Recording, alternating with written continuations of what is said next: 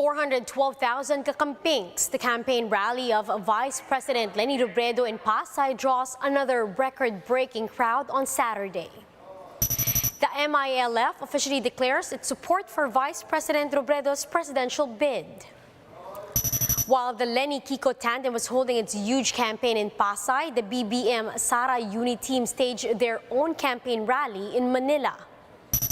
Senator Manny Pacquiao, on the other hand, visited San Juan for his campaign. And ballot feeding for overseas absentee voting is temporarily suspended in New York after one of their vote counting machines had a technical problem.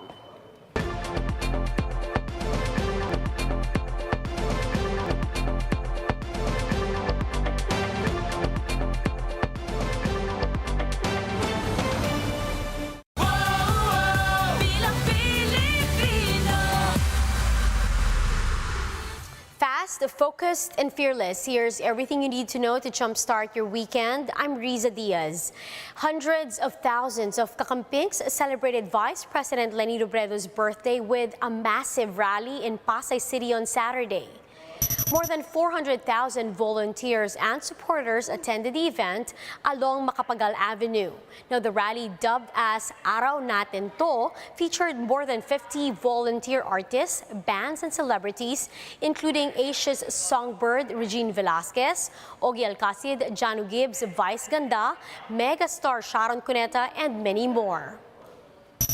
I am proud of Ma'am Leni's and Kiko's track records. My children are a part of your generation.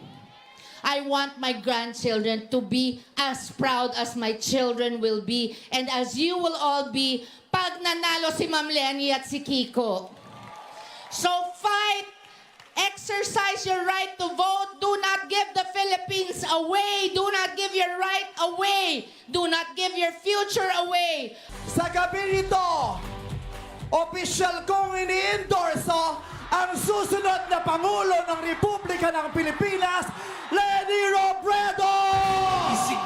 Pag si Leni Robredo ang ating ibinoto, tayong mga Pilipino ang mananalo! In her speech, Robredo urged the public to fight off fake news and not to vote for liars and thieves because the country will suffer if they are put into office. Huwag din tayong mapagod sa paglaban sa fake news. Yun po yung pagkukulang ko din nung nakaraang 6 years. Alam nyo po, nung nakaraang 6 years, napakaraming fake news sinasabi sa akin, pero hindi ko masyadong pinapansin kasi sabi ko, istorbo lang. Pero mali pala ako. Kailangan pag fake news, sinasabi kaagad natin na kasinungalingan yan at yung kasinungalingan palitan natin ng katotohanan. Pag ito pong eleksyon na to, ang magpapanalo sa mga kandidato kasinungalingan, kawawa yung bayan natin. Kaya po yung hinihiling ko sa inyo, sabay-sabay po tayo sa laban na ito. Sa pagbukas po natin ng ating mga puso, sa pagpahaba natin ng ating mga pasensya, siguraduhin din natin, pinapalitan natin ang mga kasinungalingan ng katotohanan. The Moro Islamic Liberation Front and its political party, the United Bangsamoro Justice Party, have expressed their support to the presidential bid of Vice President Leni Robredo. Speaking at a press conference inside Camp Darapanan in Maguindanao, UBJP President and BARMM Chief Minister Ahod Alhaj Murad Ibrahim said Robredo's track record has shown strong support for the advocacies of the Bangsamoro. He added that the Vice President has always been there for the Muslim community, especially for Marawi. Ibrahim also said that they can't pledge an exact number of votes, but that they hold the entirety of BARMM. We cannot say na ganito karami ang may deliver namin, ganito karami. But we assure you na as far as the leadership of the BARM, we are still in control of the entire farm area. Vice President Leni Robredo has also acquired support from the transport sector and religious groups. Ryan Ang with the details. Vice President Leni Robredo signed a covenant with 8 representatives of the transport sector. This is part of efforts to advance the welfare of drivers and operators nationwide. The covenant includes provisions such as upholding the dignity of drivers and operators, ensuring their health and safety, providing benefits, and others. It also pushes for a better service contracting program which addresses the needs of both drivers and riders. Robredo also vowed to help the transport sector recover from the effects of the pandemic. Pero yung akin lang commitment sa inyo, nandito kami, kaisa nyo kami. Kahit pa hindi pa ako Pangulo, ginawa ko yung mga pwedeng gawin para kahit papano maibsan yung kahirapan na pinagdadaanan ninyo. Makakaasa kayo na puproteksyonan namin kayo sa abot ng aming makakaya. After the covenant signing, the Robredo-Pangilinan tandem were then endorsed by the clergy for the moral choice in San Pablo Apostol Parish. The CMC is a group of priests and deacons from different dioceses and congregations in the country which aims to help the tandem towards the May 2022 elections. Kung ang leader ay walang vision, kapahamakan ang naghihintay sa bayan. Kaya naman sinasabi namin na sadyang kailangan natin ang tulad niya na manguna at mamuno sa atin. Nagpapasalamat po ako sa simbahan. Nagpapasalamat ako sa mga kaparian na siguro since 1986 unprecedented yung pagdesisyon na lumaban. Alam ko pong hindi ito madali para sa inyo. Kasi binubuksan nyo yung sarili nyo sa trolling, sa bashing. Supporters also joined the prayer vigil and People's Assembly called sa Piling na Laylayan. Some of our Muslim brothers and sisters have also expressed support for VP Leni and Senator Kiko. This as Robredo and Pangilinan were invited by the United Muslim Alliance for an iftar or breaking of fast. Nakikiisa po kami sa inyo, gaya ng lagi namin pakikisa, suporta sa lahat na pinagdaanan yung mga kahirapan. Papunta po ako sa Cotabato, papunta po ako sa Maguindanao para makisa po sa mga kapatid nating Muslim. Kaya bukas po umaga nandun ako, pagpapahayag na yung laban nyo ay laban din namin. For News 5, Ryan Ang, We Are One News. We'll be back with more stories after the break. Keep it here on One News.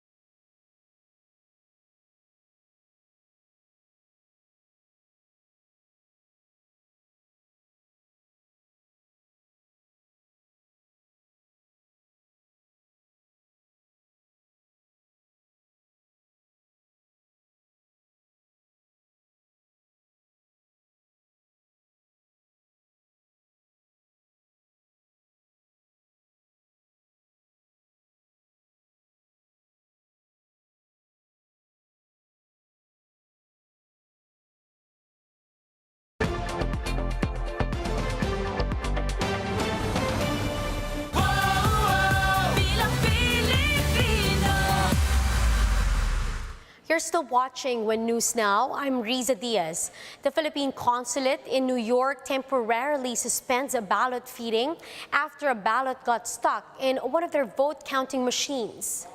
The consulate said that although a second VCM is available, the machine has to yet undergo final testing. Thus, they're waiting for the guidance of COMELEC on the matter and to give the poll body ample time to reply and the consulate to decide to resume feeding the remaining ballots on April 25. Meanwhile, presidential candidate Bongbong Marcos and his whole slate also held a grand rally in Bustillos, Manila. About 12,000 supporters attended the Uniteam sortie. Speaking to the crowd, Marcos said in gist that he will send 3-in-1 coffee to the people to ensure that they remain awake on election day. He also reiterated his call for unity. Kaya po namin naging adikay ang pagkakaisa dahil kailangan natin na magkaisa at magsanib pwersa upang muli lahat ng Pilipino ay kapit-bisig na haharap sa kahit anong problema, kahit anong sakuna, kahit anong krisis, basta tayo ay sabay-sabay na humaharap, kayang-kaya ng Pilipino, kahit anong kahirapan, kahit anong krisis, kaya nating harapin at kaya nating ayusin. Meanwhile, supporters held a prayer rally for presidential candidate Senator Manny Pacquiao in San Juan.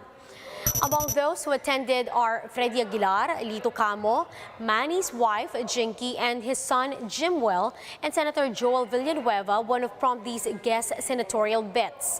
Pacquiao's running mate, vice presidential candidate Lito Atienza's daughter, Chichi Atienza, attended in her father's stead. Now, meanwhile, Pacquiao said he will have to check his availability if the COMELEC reschedules the canceled final presidential debates.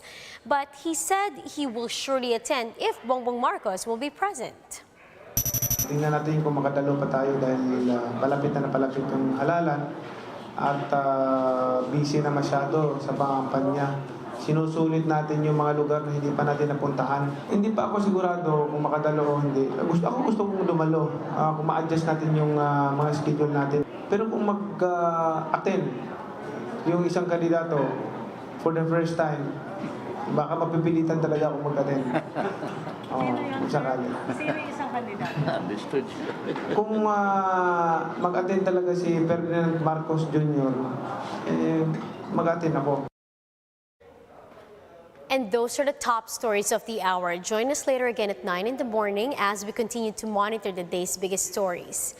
You can also catch One News on Signal Play app. Register for a free account now at www.signalplay.com and stream One News live anytime, anywhere. I'm Riza Diaz. Mask on, wash hands, and stay safe, Philippines. We are One News.